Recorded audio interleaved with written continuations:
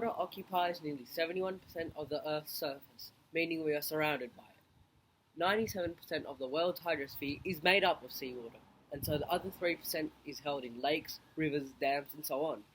So how can we better make use of this mixture?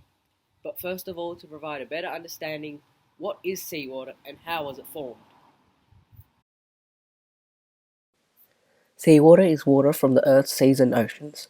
Salts are a type of mineral and are naturally occurring chemicals which are dissolved in seawater, giving it the distinct property of salinity. The six most abundant ions in seawater are chloride, sodium sulfate, magnesium, calcium, and potassium. By weight, these ions make up about 99% of all sea salts.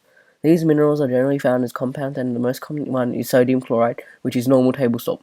On average, seawater on Earth contains more than 35 grams of dissolved salts in 1 liter of water.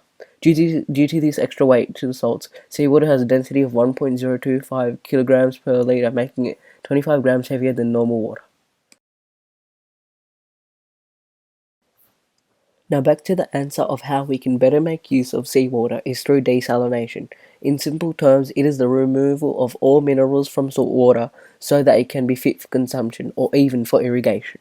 The desalination process I'll be looking at is filtration and then reverse osmosis, used in Sydney's desalination plant in Kurnell. Filtration is what seawater passes through in order to separate fine solids from liquids.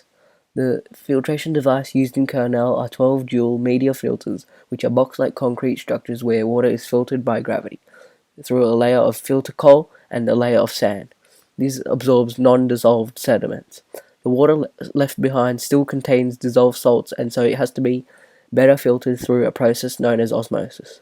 Osmosis is the movement of water from regions of higher concentration to regions of lower concentration through a selectively permeable membrane.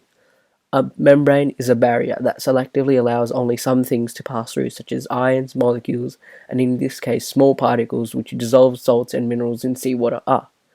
The filtered seawater is pushed by a high pressure pump flow into more than 36,000 cylindrical membranes, which have microfilters that separate the water, allowing only water through and selectively restricting the solvent. The solvents flow into a separate tube with some seawater that has not been passed through the membrane. This helps to push the solvent away from the microfilter so that it doesn't build up.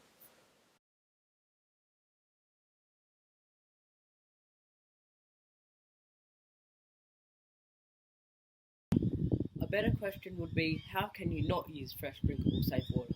Countries where water is scarce can build desalination plants so that they can solve their scarcity problems. This includes the North and Central Africa, South America, some parts of Asia, and western parts of America, which goes to prove how water scarcity even occurs in well-developed countries. However, major issues are cost, and these plants can cost millions of dollars. This water, even here in Australia, could be transported to much needed farmers who may be suffering through a drought, through pipes from coast to the farmers. Brine is a solution of more concentrated salt in water, ranging from 3 to 26% salt content. This in turn makes the water very hazy and not so clear, and so it has a high turbidity.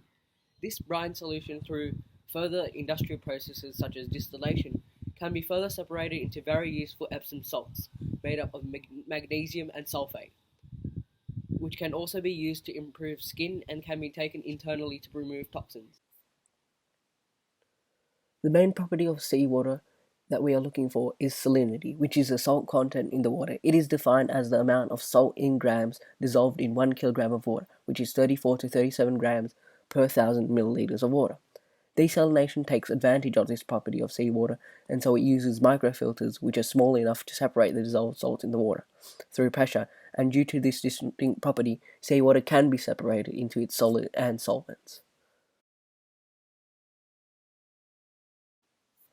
Brine is a clear waste product of the desalination process of separating seawater.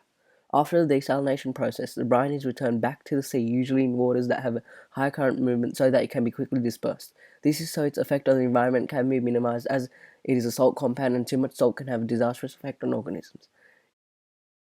Desalination plants are becoming more and more economically viable as the technology improves. Desalination can solve our water scarcity problems, providing and supplying large amounts of fresh water in areas that need water.